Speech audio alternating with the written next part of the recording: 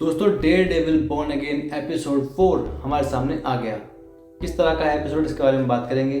दोस्तों एपिसोड शुरू ही होता है, हम देखते हैं कि जो वाइट टाइगर है जब पिछले एपिसोड में वो मर जाता है, उसके बाद जो उसकी चीज़ें हैं किस तरह से जो फोरेंसिक वाले हैं, जो अस्पताल वाले हैं, उन्हें इकट्ठा कर रहे हैं और जांच कर रहे हैं उसकी। वहीं पर मैट मर्डॉक भी आता है और पूछताछ करता है उसके बारे में कि भाई जो गोली लगी थी वो गोली मतलब किस तरह से लगी, या गोली का कवर मिला नहीं मिला अभी तक। तो वो बताता है गोली का कवर तक नहीं मिला है। वहीं पर उसके बाद में जो हेक्टर की भतीजी थी वो आ जाती है, वो मांग करती है हेक्टर को देखने की आखिरी बार। हालांकि मैट मना कर देता है कि ऐसा मत कीजिए, आप जैसा आप उनको याद रखते हैं वैसे ही उनको याद रखिए।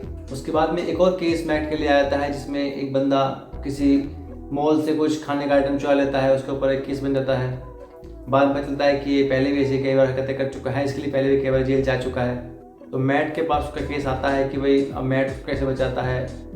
मैट उसको पूरी तरह नहीं बचा पाता, लेकिन सज़ा काफ़ी कम कर देता है।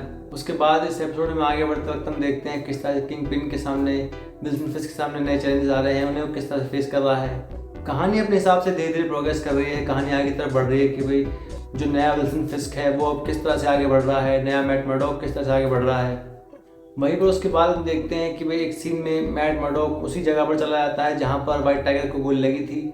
वहाँ पर वो ढूंढता है उस गोली के कवर को, किस तरह से गोली कवर को ढूंढता है, कैसे गोली कवर से मिलता है, और वो पाता है कि भाई इस गोली के कवर पर एक निशान बना हुआ है जो निशान पनिशर का है। उसके बाद हम देखते हैं मैट मर्डॉक किसी एक बेसमेंट जैसी जगह पर चला गया है जहाँ पर उसे फ्रैंक कैसल यानी कि द पनिशर मिल जाते हैं।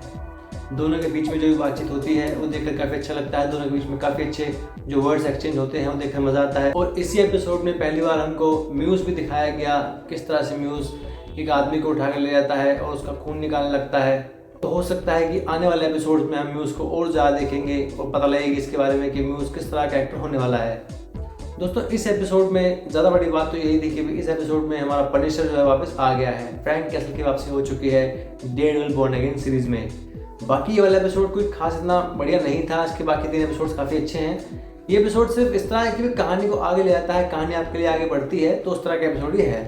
बाकी अगले हफ्ते में इसके एक साथ 2 एपिसोड्स रिलीज होने वाले हैं हमारे लिए, तो उसमें काफ़ी मज़ा आने वाला है। दोस्तों डेयर डेविल बोर्न अगेन के बाकी एपिसोड्स के रिव्यू देखने के लिए भी सब्सक्राइब कर लीजिएगा सिनेमैटिक आकाश को।